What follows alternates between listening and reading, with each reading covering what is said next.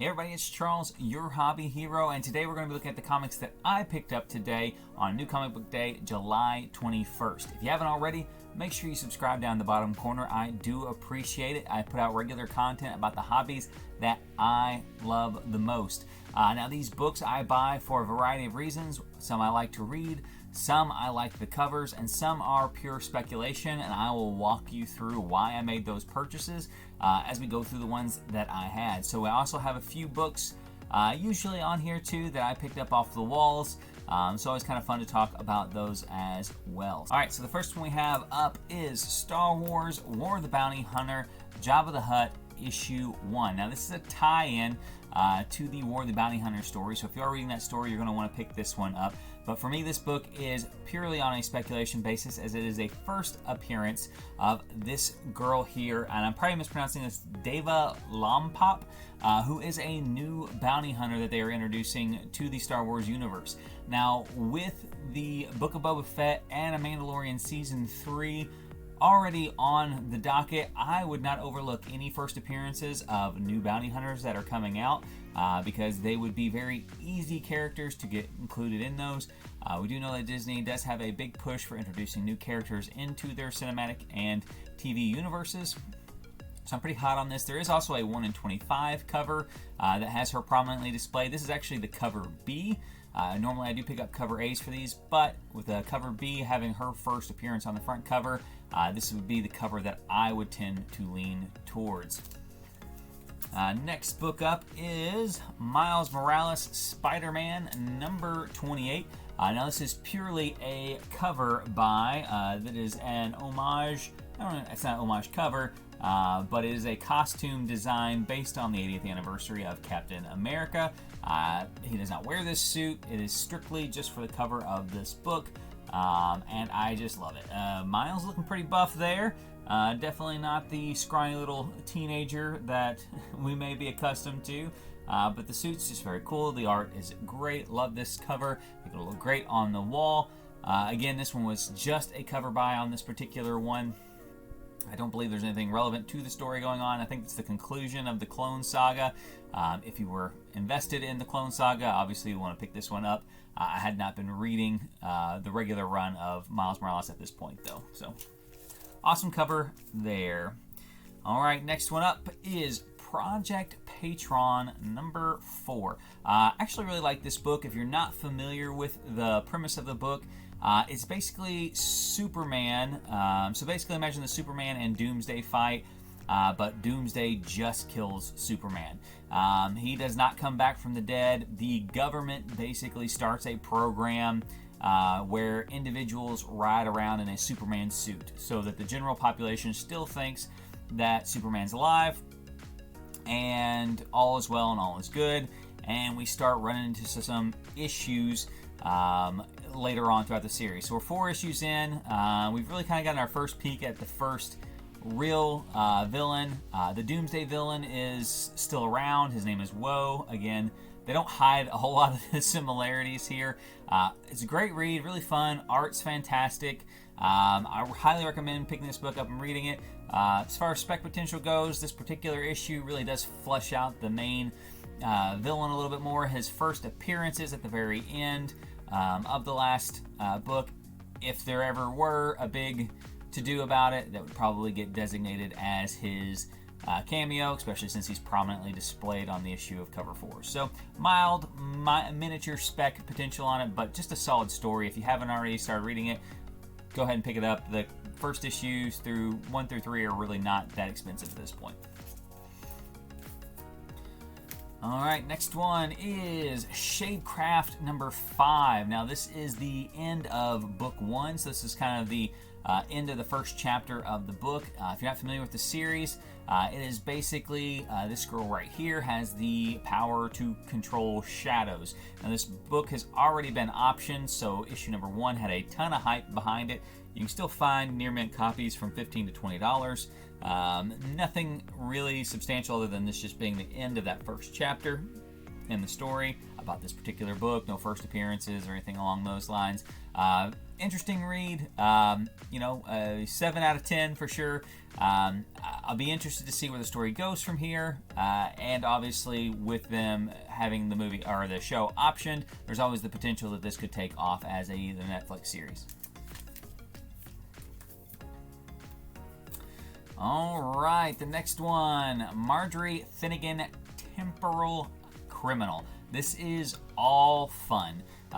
This book is about Marjorie Finnegan, who just runs around through time, stealing, pillaging, having fun, doing whatever. And it is definitely not for children, I can tell you that much. The book is a very fun read. Again, it's a 12-part miniseries. This is issue 3 that just came out, I believe. 8-part miniseries, not 12-part miniseries. So we're 3 of 8 at this point. Again, nothing huge, no spec here. I cannot imagine this ever gets optioned, just due to the logistics of making a book like this. But and some of the issues involved with the creative team that is on there. But again, highly recommend this as a read. If you like something that's more on the comedic nature, it is definitely not to be taken seriously, though. All right, next one is Skybound Volume 3. Now, I actually had missed Volume 2. I had to go back and pick it up as well today. I don't have it listed on here because it wasn't a new release today, and I didn't want to make it more confusing. But this Rick Grimes 2000 story is a ton of fun. And if you haven't read it, the art is fantastic. The writing is funny and fresh. And it's just, it makes fun of itself, but it's still a really solid, fun read.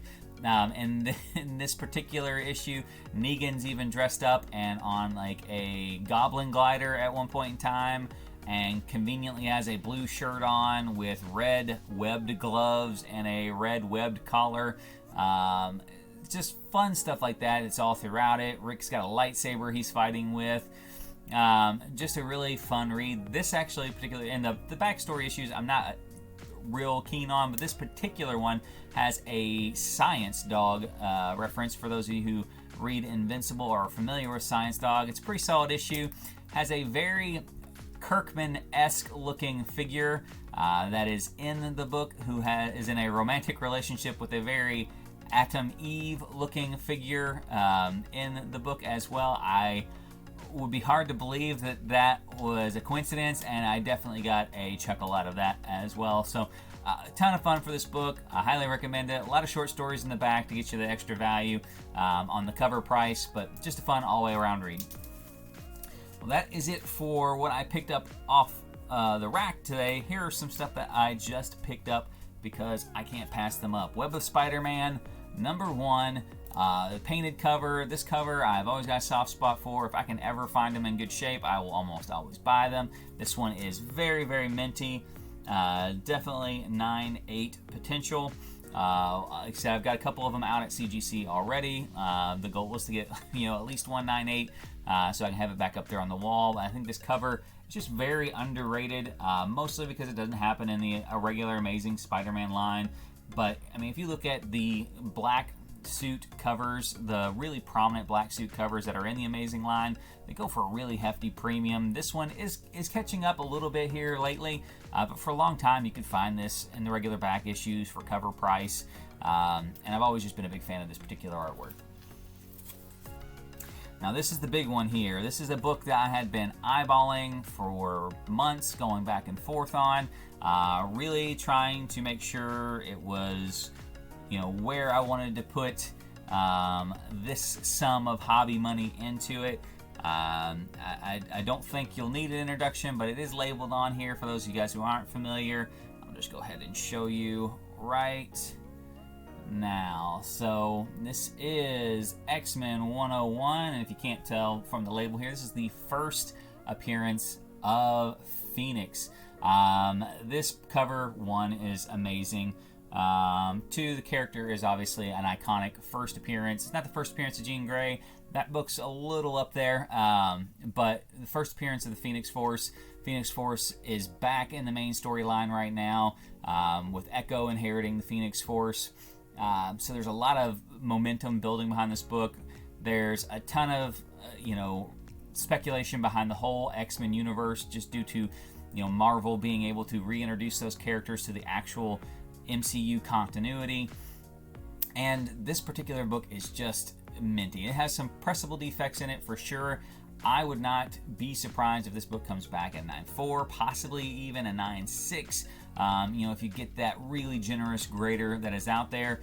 So this one's going to be going off to get pressed and cleaned. I'll definitely keep you guys updated. But again, this book is steadily going up. It pretty soon will be out of reach. If it's not in higher grades, it really kind of already is for a lot of collectors. So I'm super excited to pick this one up. And again, it was kind of one of those things where this was the right time to do it. So that is my pickups and purchases for July 21st. If you guys have something that you're picking up, you're reading, you're specking on, make sure you let me know in the comments down below. I do appreciate getting those comments. I love talking with you guys out there as well. If you haven't hit the notifications bell, make sure you hit that as well so you're notified whenever I put out my next video. But until next time, guys, Hobby Hero out.